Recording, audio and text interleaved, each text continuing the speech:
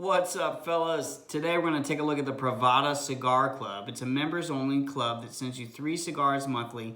They're going to be rare, aged, and hard to find on the market. They give you another pamphlet. It's got some tasting notes, got some other neat things that they send you. It's actually my first box, so I'm not entirely sure what I'm going to find. We're going to do an unboxing, and then later we're going to dive into a cigar and talk about how you can build your palate and get more notes out of your smoke. I'm Stu. Welcome to Guild, fellas.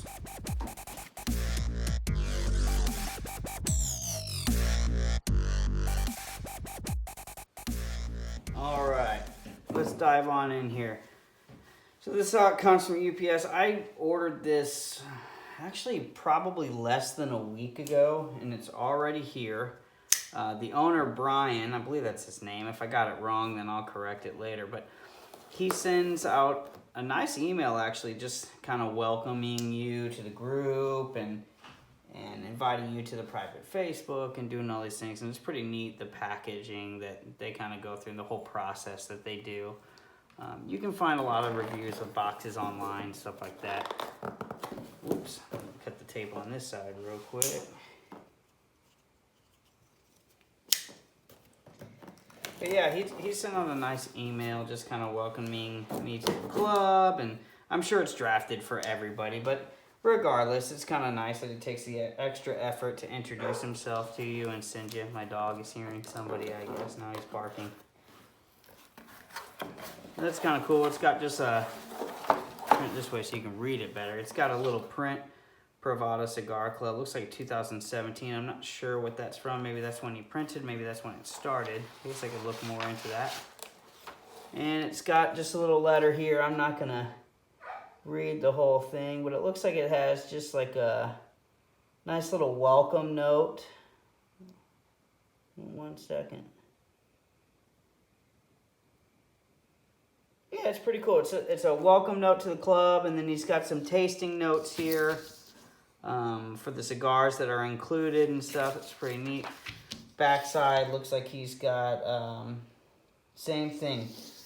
Information on the cigars that are in the box, some tasting notes, histories, things like that. It's pretty cool. Nice to have something to kind of sit down and read through as you smoke the cigar. Packaging here, it's got a print on the inside of the box also. And looks like he's got a little advert. Try to hold it up so you can see it a little better. Looks like, so my buddy, Richard actually is the one that got me hip to this, and I plan to bring him on here later, have a cigar with him, and just kind of talk about some things. But it looks like they're advertising farmed rolled, which I believe he told me he's getting, and you can get 4 premium cigars for 20 bucks. And he's got just kind of a message on the back there. I'll speed this up just a little bit. Actually, here's actually a nice sturdy bag. It's almost like a plastic paper mix, I guess, whatever. I probably sound silly talking about that. I'm not a bag guy, I suppose. One thing that's cool about these guys is that they do pair with Boveda. And so you get a humidity pack in. So these technically, I guess, would be ready to smoke. However, I'm going to let them rest in my humidor. We'll talk about that in a second here. And so this is what we got. So it's pretty cool. If you're not much into cigars, it might not look like a ton to you. However, when you get into looking at what this guy's actually sending you, you're getting cigars that have been aged. Usually, cigars are already sometimes aged 5, 10, 15 years, something like that, the leaves before they're even rolled. And these cigars are actually aged after the aging. It keeps them a little bit longer, or maybe they were only a short run, there's only so many left, and he actually goes out and sources them and gets to these cigars that have very limited left. But if you like something out here, you can go to his store, and he says that usually he has some extras of certain ones. You can buy a few more. He boasts a really, really large humidor as well. Let's talk about what we got here.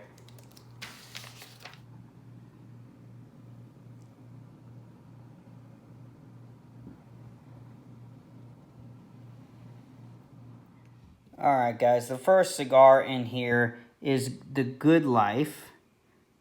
It's a fairly large ring gauge. Looks like it's probably a 60, somewhere around that. I'm going to tell you right now, guys, I am not the world's most effective cigar connoisseur. I do know a few things. I do know that I like cigars. I can pick up certain notes. Of course, chocolate, coffee, nuts, cherries, different fruits, your standard things. However, these sort of things throw me off. So I use barnyard and cocoa. I can kind of see that, talking about it being in the body, but fabric softener on the foot. I'm not sure what that means. Also, I've never gotten soy sauce. I've, of course, gotten spices and different things, heavy fresh baked breads, pine. All of these things are new to me. So, like I said, I am going to share some ways to kind of develop the palate that I've learned. It's actually a tactic that I stole from a Cigars Daily video. You can check them out. He's got a lot of really cool cigar videos that are fun to watch, and they're not too overbearing in their length. But if there's some information that you think that I'm lacking or something that can help me out, please share it in the comments. Let me know if there's something that you'd like for me to add or some information that you'd like to see corrected. Either way, this is the good life. I'm looking forward to enjoying it. Let's move on to the next one. All right, number 2 is the Red Screaming Sun from 2017. It's been aged 3 years. It's a Lancero, real long. It looks like it's about 7 inches. Yeah, about the same as the back-to-back. 7 inches. So, and it's a Lancero, so it's a much thinner ring gauge. I do like a thin ring gauge. I think that they're nice for something that smokes a little bit quicker. I typically go with a Corona in size because it's a bit shorter. If I'm going to smoke something that's 7 inches, then I tend to go for a longer ring gauge. But we'll give this a shot and see what I think. There's some interesting things in the tasting notes here. You got cedar, honey, cream dominant, which is weird for a lot of people to taste the cream or to get the texture of cream in cigar smoke, but you will get it if you hang in there. See Greek yogurt, black tea, orange. Those are kind of basic things that I do get. There was something that I saw on here. A lot of bread again. Bread is kind of interesting. I haven't really got that, but maybe we'll check some of it out today and see what we can pull out. The next one we got is the back-to-back. It's aged 1 year from 2019. It's a 7x52. It means, so if you're not familiar with these sizes, 7 is the length of the cigar. I apologize for the bouncing video. And 52 is the ring gauge. So you've got a 7 in length and a 52 in gauge. Okay, so it's a fairly large cigar. Some quick tasting notes on it. Whoop, let me back up a little bit. Some dried out cedar, honey on the body. Foot gives the same dried cedar. Mustiness, earthiness. See, these are all things I'm pretty used to. Creamy smoke, some spice, a number 2 pencil. That is interesting. You know what? Actually, I think I have had that, and I think I actually, now that I'm thinking about it, there was once where I had some kind of woody flavor that had almost like a weird, it's not rubbery, but creamy sort of interesting flavor, and I'm realizing that it might have had some of that number 2 in it now that he's saying it, so that's kind of interesting to see. So anyway, let's move into talking about resting.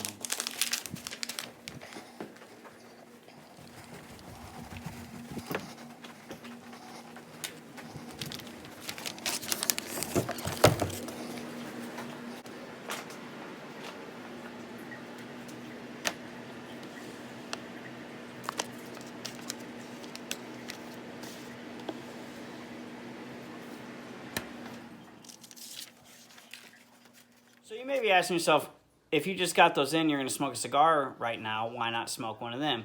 Well, there's a theory in that when cigars are transported, the temperature rises and lowers and different things happen. Humidity gains, it decreases, etc. And so the cigars are sort of unacclimated. Okay, so what I like to do is when I get a new package in, I'll actually bring it inside and I'll set it in my kitchen and I'll leave it there for several hours in the box. You might be thinking, whoa, don't you want to get it into a humidor? But the fact is, especially for these, they come with the little Boveda packages, and so they're going to be mostly humid as it goes. But I want the temperature in the house to acclimate into the cigars before I move them into my cigar refrigerator. And then I want them to sit in there for about 2 to 3 days, maybe even up to a week or 2 weeks long, just to sort of let them adapt to the new environment. They can kind of sort of stabilize, and I can get the humidity just right. Sometimes I like a cigar that's a little bit on the more humid side. Sometimes I like it a little bit less humid. It's going to change for me and the amount of pepper notes that I pick up and different things like that. But almost always when I smoke a cigar, as soon as I get one, if I smoke one right away and then I smoke another one of those a week or two later, I always see that the one that I waited to smoke, I always prefer. So I've just gotten to where I don't smoke anything that I get fresh out of the box.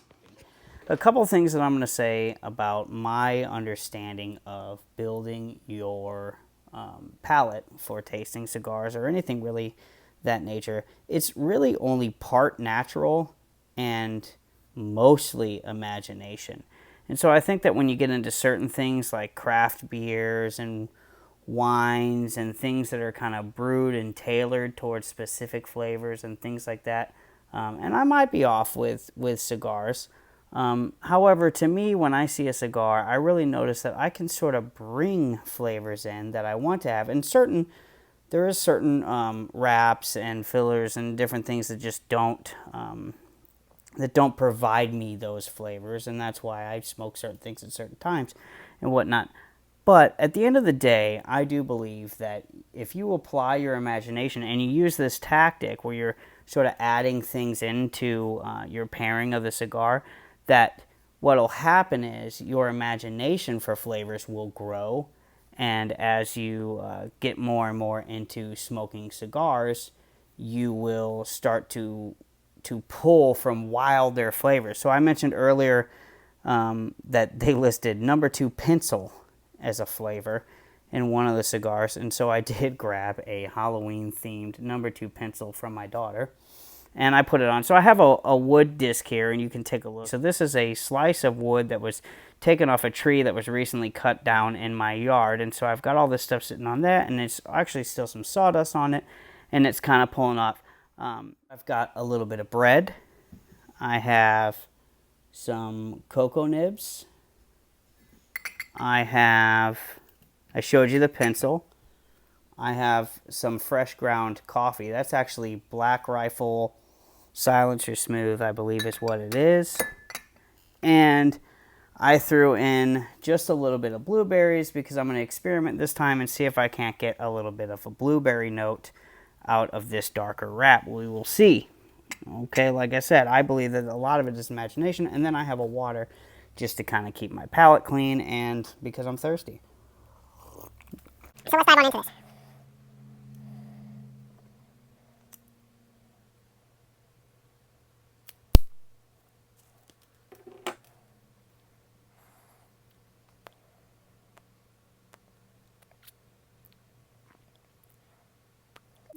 So oddly enough, off the foot and the cold draw on this, since I did bring the blueberries here, the very first thing I tasted was a blueberry, which is really strange because I've never had blueberry from this cigar before. So, like I said, guys, I'm not a connoisseur. So if what I'm doing is wrong and you've got some more information for me that's going to make me kind of grow as a cigar smoker and share it, then please do. However, I've brought blueberries out. They're one of the last things that I've smelled as I put this thing out, and as soon as I take a pull off of this cold draw, I get blueberries as the very first front of the flavor, followed by a little bit of wood. Not, like I said, I don't have a whole lot of experience, and I can't get super elaborate here. The next thing that I want to talk about is, so they talk a lot about the foot of the cigar, what you taste off of the foot, what you taste off the cold draw.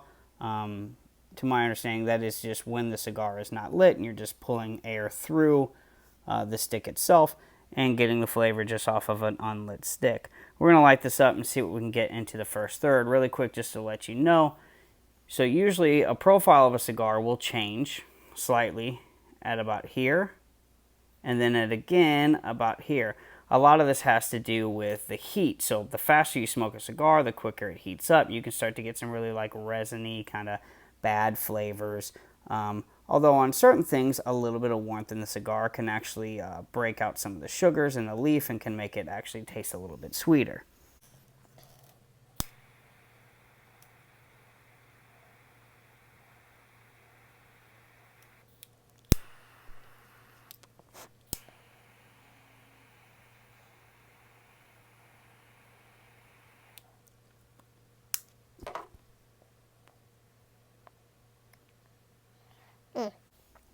Can't believe I haven't already said this already. This is a CAO Brasilia. This is one of my favorite sticks. This is, I believe, a 5x54, something like that. I think is the size here. It might be a little bit thicker of a ring gauge. So it's a bit shorter, on the shorter side of a stick. But man, I really like it. It always boasts a lot of coffee, a lot of chocolate, and that's why I bring these two out. I find that out of most cigars, you can get a little bit of coffee out of almost every single one. Even some of the like Connecticut wrappers, I'll get sort of like a light espresso or an espresso and cream, things like that. Again, I believe it's just kind of imagination. So what I'm going to do in this first third is I'm just going to take a little bit of time to take the classic flavors like the chocolate and the cocoa nibs, and I'm going to puff on this for a little bit and sort of build that profile up, and then I'll start smelling on the wood and the blueberries and the bread and see if I can build any of those notes in the first third.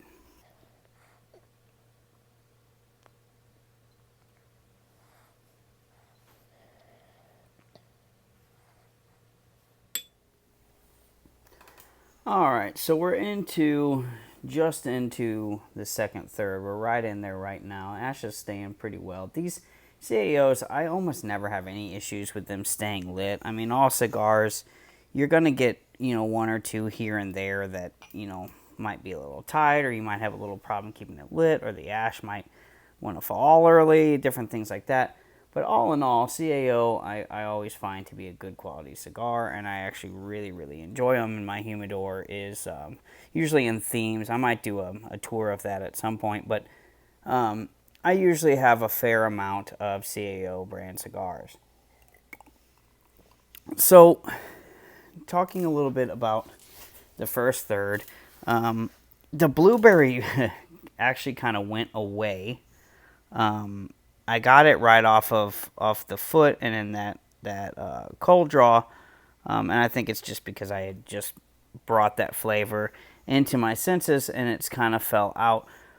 For me, the first third of the cigar tends to be a little bit more bitter, and usually as it gets into the second third, I'll start to get some of that sweetness, and I think it's because that heat starts to kind of open up those sugars and the leaves, and starts to kind of add a little bit of a flavor of sweetness.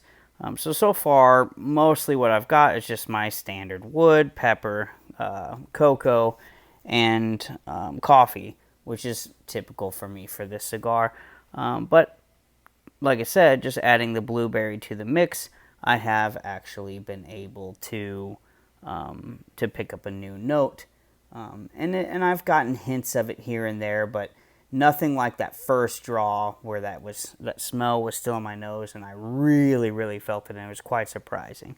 So now I'm going to get into kind of smelling on some of the bread, and if I don't get much of a flavor off of this and I don't pick it up into the cigar, then it's going to be one of two things. Either this cigar is not going to provide it, or maybe I need to mouth it a little bit, maybe I need to clear my palate, maybe I need to get more aromatics in my nose of it to help me start to pull it out. Again, I'm not saying that I'm going to implant flavors into every cigar I smoke, but I'm just going to play around with what I've brought out and see if I can't add anything to the notes that I'm used to picking up.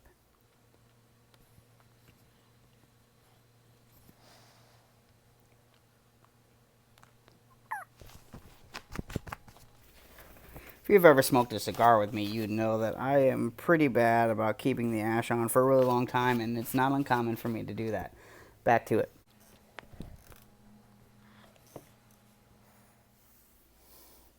So we're most of the way through the second third here, getting ready to get into the final third. And I thought before I start talking about the notes that I picked up on the second third, I wanted to talk to you a little bit about the guild. And what we're doing here is we're a group of people that are growing ourselves as men so that we can be better leaders, better protectors, and better servants to our communities. So you might ask yourself, well, how does that tie into cigars? And I'm going to tell you here in a second. In future videos, you're going to find things like making kombucha, making a good cup of coffee, interviews with lots of interesting men within the community, different things like that. I like to use a cigar to sit for ideas.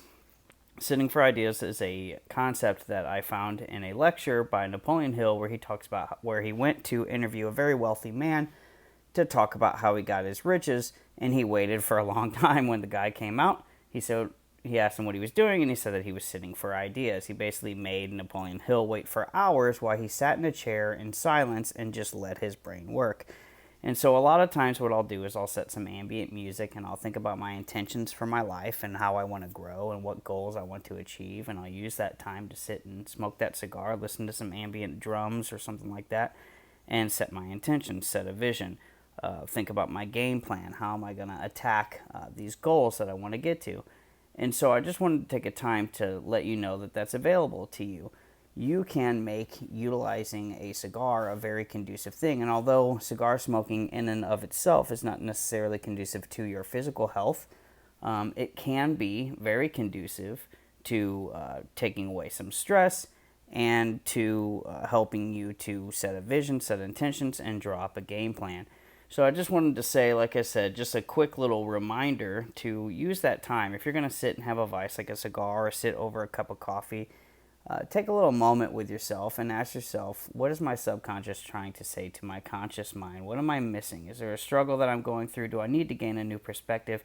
Because in the hour to 2 hours that you sit enjoying a cigar, you can really do a lot of work on yourself, finding new perspectives, practicing gratitude, praying, meditating. All those things can be done while you take a moment to disconnect from all the things that are trying to steer you in every which way, and take a moment just to sit and be present with yourself.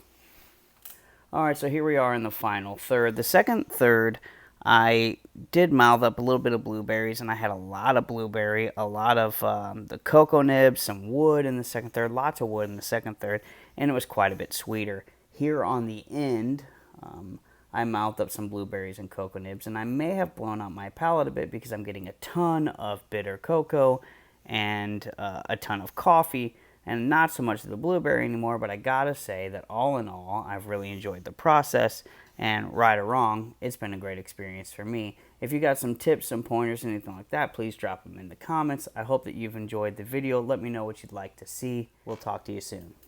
I just want to take a second to thank you guys all for watching the video and let you know that the Guild is available to you. If you're a man that wants some more success in his life, you want some accountability buddies, you want to learn to live a more purpose-rich, on-mission lifestyle, check us out, guildfellowship.com. Hope to see you.